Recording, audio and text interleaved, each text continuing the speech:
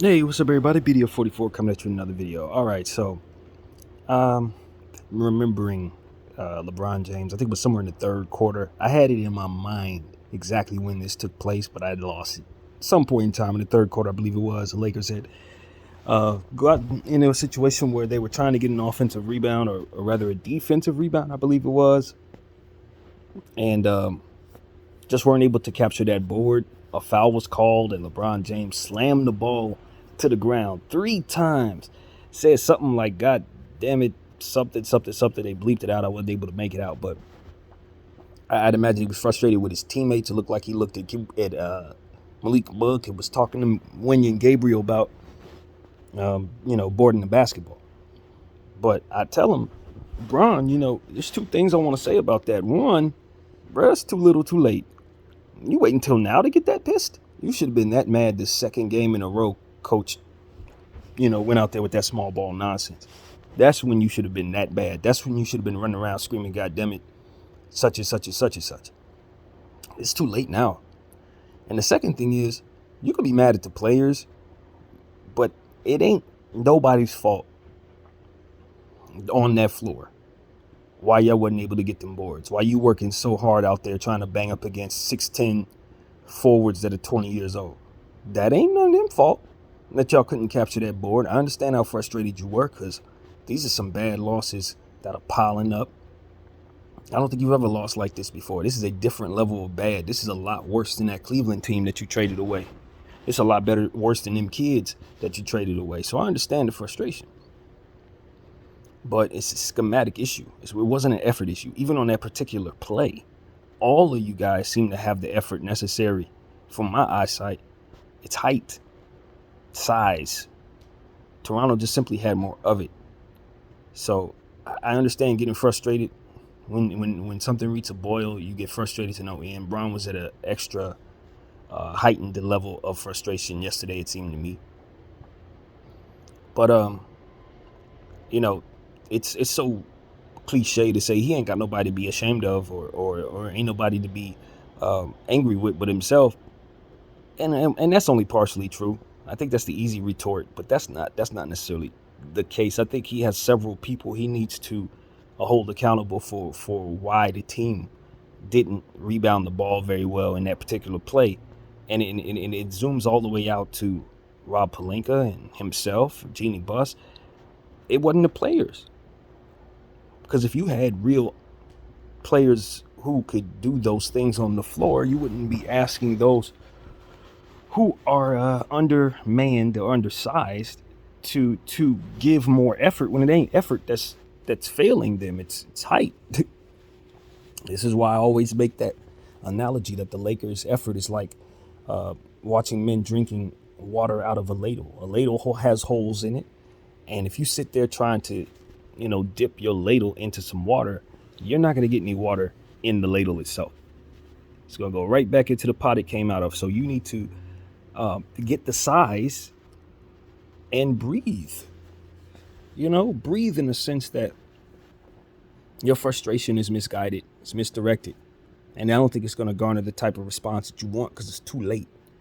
These guys needed that game 3 when we trotted out the small ball and we were having the issues we were having. That's the type of energy you should have been giving Frank Vogel, because at the end of the day, he needed to play Dwight Howard, and he refused to, and it cost us many games early in the season, and it messed with our chemistry, and all the other stuff trickled down to it. You need to be giving that energy to Rob Pelinka, because Rob Pelinka hasn't done anything to supplement our size issue. It's almost like he's sitting there saying, you want a small ball, deal with it. And I'm not with that. I'm not with that. As a Laker fan, I do not like how this looks, because it looks to me that Rob Pelinka saying, oh, fine. Okay. You didn't want to back my play. You didn't want to back my lie when I said everything was copacetic and we had sat down and talked. Even though we hadn't before the trade deadline, you should have went along with that. So I'm not going to get you a center. Yeah, I'd normally sign a Moses Brown or some type of center, or somebody to come in and play the center position, so you ain't got to have your back broke down there trying to bang against guys like Chris Boucher. But no, I'm going to give you Wenyan Gabriel, and we'll see what Dwight can do, even though we know Coach doesn't like to play him, and we'll just see how you make it through the season. I feel like that's what Rob is doing to Bron. And while I'm not involved or have an opinion about what that may be, if that is actually happening, what I do have an opinion about is being roped into it, which is the same problem I have with this entire era with Bron. I just feel like I'm being, against my will as a fan, roped into his story. And as I've said once before on the video, maybe this is some bull crap out of me because I'm from that old school Kobe is the guy, LeBron is the new guy, and we don't like how the narrative is going because Kobe ain't getting his respect. That's not Bron's fault, and I'm from that. So I get it. I might not be the right person to kind of view Bron properly. I think most of Laker Nation kind of views Bron from that lens because we were conditioned by the media to view Bron as the op. Since he came into the league, he's been a specific op to the Lakers, even though we never had any battles against him. So that's conditioning, and I get that. But at the same time, he has come here, and our team has gotten a lot worse, and some of that stuff hasn't been disputed by him as it pertains to how much he has done to cater to how bad this team looks this season. And last, to be honest, last as well. And that's not a narrative-based thought. That is just what I see and what's going on. So all of that being said, I just want Bron to shut it down, man. It's time to not think about whose fault is what. It's not time to lash out. It's too late. It's too late. We're already done. What we need to do is, of course, salvage all assets from this season and effectively get out of this season without those assets being injured or damaged. That is our job. That is the most important thing. Not missing the playoffs, not making the playoffs. None of that is more important than making damn sure we go into next season with a healthy Bron, healthy AD, and a healthy Westbrook. Okay? That is that more so closing out the season with that being the case. Not necessarily starting the season because we definitely want to make changes. But if any one of them are suffering from a season-ending injury or spend a whole season rehabbing from a something, that's an organizational failure. I'm not looking at those players. I'm not looking at the roster. I'm looking at Genie and saying that was your executive order to make. You got to shut these guys down. And you got to do it knowing why you're doing it. You're doing it out of love for your Laker Nation and out of respect for the players themselves who are going to put themselves in positions to play for nothing. And whatever happens with that, happens with that. That's how athletes are. Their pride is on the line, so they're going to play these games. A guy like Bron got records on the line. He's going to play these games. But you got to convince a guy like LeBron James that his career ain't about to end because this season don't go his way. That you still going to get all them damn records if you forgo these next 16 games. But let me tell you something. You think these records matter, you need to follow through all the way when you have that notion. If the records matter, then you need to make sure that your long-term aspects of your career is going in the direction you hope it would. And playing these last 16 games when your knee's messed up, brother, that's going to cost you more than 16 games. That may cost you some of next season. And you know how hard it is to recover at this age. I'm telling you that you give 16 to secure 82. You play these 16 games at the center position. We ain't got no big. The centers that we got coming up over the next 16, 18, whatever many games, there is a chance that you'll be forced to shut down anyway based on injury. That's to which, like I said, spend the rest of your offseason rehabbing. Start the season off at what conditioning? Who knows? Who knows? We know you'll work, but will you be able to? It depends on the injury. We don't wish injury. If anything, we're trying to avoid it. And that's the point. I just feel like Bron is playing with fire. We got to be real and adjust to our newfound body. And see, this is the funny thing about being this age. And I can tell you this because I'm at right now.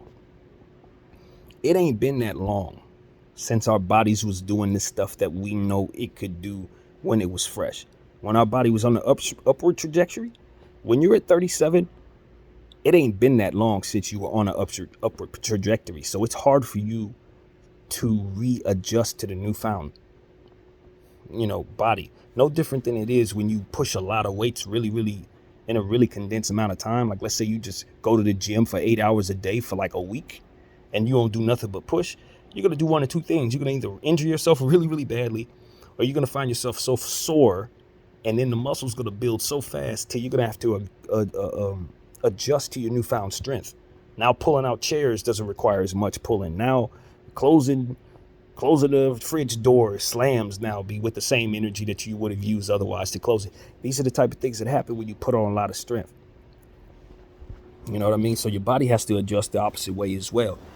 And at this age, you can't just take on the same loads you took on 3 years ago because your body felt great and you have it.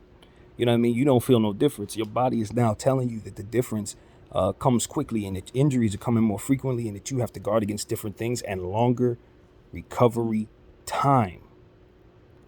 And when your co-star is Anthony Davis and your other co-star is Russell Westbrook in this way, this version of Russell, you got to guard against the possibility of injury even more, man.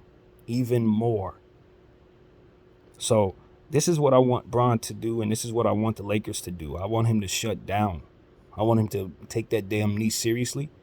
I want him to accept the fact that he had a short season. I want him to accept the fact that we are mathematically still in position to make the playoffs, and I want him to forego all of that and say, I don't care, because next season and the year after that is on the line if I continue on this trajectory with this stupid team.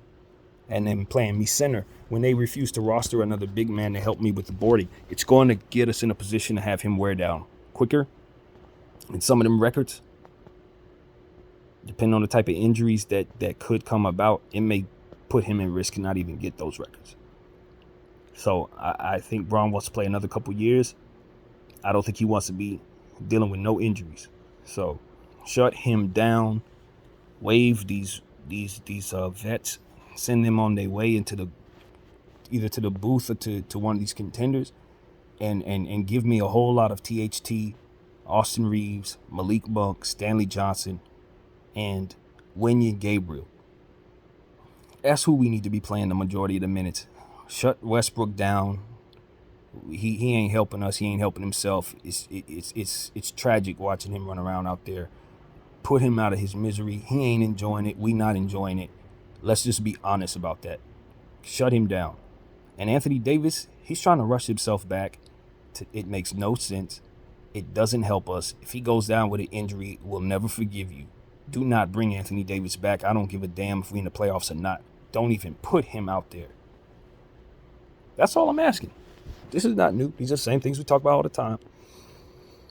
But as long as we don't have a center, we're asking those stars to do things that are by design meant to wear them down. And make no mistake about it, your opponent is going to think, oh, let's wear him down. You got him at center, let's wear him down. That's what they're thinking. A guy like Nick Nurse, a guy like Ty Lue, those type of coaches are going to look at a matchup like that and know exactly what it is they need to do.